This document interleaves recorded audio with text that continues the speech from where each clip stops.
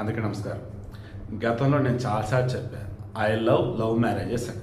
అది కూడా ఎటువంటివి, కలిసి ట్రావెల్ చేశాక ఒకరినొకరు అర్థం చేసుకున్నాక ఇక లైఫ్ లాంగ్ కలిసి ఉంటాం మనం అని అనుకొని అడిగేస్తారు. చూశారు, నీకు నువ్వు నాకు నేను కాదు, నాకు నువ్వు నీకు నేను కలిసి కలకాలం బతుకుతాం. ఎలా?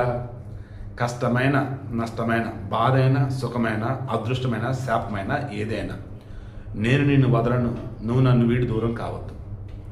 ఇలా పెళ్లి చేసుకుంటారే, వారిని చూసి నాకు చాలా చాలా ముచ్చటేసింది. అలా ఈరోజు నాకు రష్మిక, విజయ్ దేవరకొండ అనిపించారు. వాళ్ళు కలిసి సినిమాలలో నటించారు, కలిసి చాలా చోట్ల మనకి బయట కనిపించారు. వాళ్ళ మీద ఎన్నో రూమర్స్ వచ్చాయి, కలిసి ట్రావెల్ చేశారు. బయట సరదాగా మాట్లాడుతున్నప్పుడు విజయ్ దేవరకొండ తమ్ముడు ఏదో అంటే, రే నువ్వు ఫ్యామిలీరా, మన ఫ్యామిలీరా, ఏంట్రా అలా అంటావు అని చెప్పి సరదా నవ్వుతూ అంది. ఇలా ఎన్నో సందర్భాలలో రష్మిక ఓపెన్గానే మేము ఒక ఫ్యామిలీ అన్నట్టుగా చెప్పింది.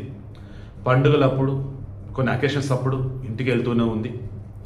అలా నిన్న శుక్రవారం రోజు విజయ్ దేవరకొండ ఇంటిలోనే చాలా సన్నిహితుల సమక్షంలో వాళ్ళ ఎంగేజ్మెంట్ జరిగింది. రేపు ఫిబ్రవరిలో పెళ్లి జరగబోతుంది. మేబీ డెస్టినేషన్ వెడ్డింగా, లేదు అఫీషియల్ అయితే గుడి దగ్గర, లేదన్నప్పుడు అందరి సమక్షంలోనే, let's wait and see. But వాళ్ళ ఎంగేజ్మెంట్ జరిగింది నిజం. త్వరలో వాళ్ళు పెళ్లి చేసుకోబోతున్నారన్నది నిజం. వాళ్ళు జీవితాంతం కలిసి మెలిసి ఉంటారన్నది నిజం నిజం నిజం. ఈ మధ్యలో ఎవడెవడో గొట్టంగాళ్ళు వచ్చి నేను జాతకం చెప్తా, వాళ్ళ జాతకం నాకు తెలుసు, ఈ పెళ్లి జరగదు, పెళ్లి కలిసి ఉంటారు, వెళ్ళి అన్నట్టు చెప్పించి కొట్టండి. ముందు వెనకాల కొట్టండి. ముందు అసలు వాళ్ళని ఎంకరేజ్ చేసే ఛానల్స్ ఉంటాయా, ఆ ఛానల్స్ ముందు బ్లాక్ చేసి పడండి, రిపోర్ట్ కొట్టండి. శుభకార్యం అన్నప్పుడు వెల్కమ్ చెప్దాం, శుభకార్యం అన్నప్పుడు ఆశీర్వదిద్దాం, శుభకార్యం అన్నప్పుడు చూసి సంతోషిద్దాం. విడిపోతారు, విడిపోవాలి, ఆ కొన్నాళ్ళే, ఇటువంటి కబుర్లు మైండ్లో కూడా రానీకి మాకండి. నోటిదా కనుక వస్తే ఆ నోటిని మూసుకోండి. మనస్ఫూర్తిగా రష్మికకి, విజయ్ దేవరకొండకి విషెస్ చెప్తూ ఉన్న, నరేష్ పవిత్రలాగా కాకుండా, సమంత నాగచైతన్యలాగా కాకుండా కలకాలం వీళ్ళు గొప్పగా ఉండాలి.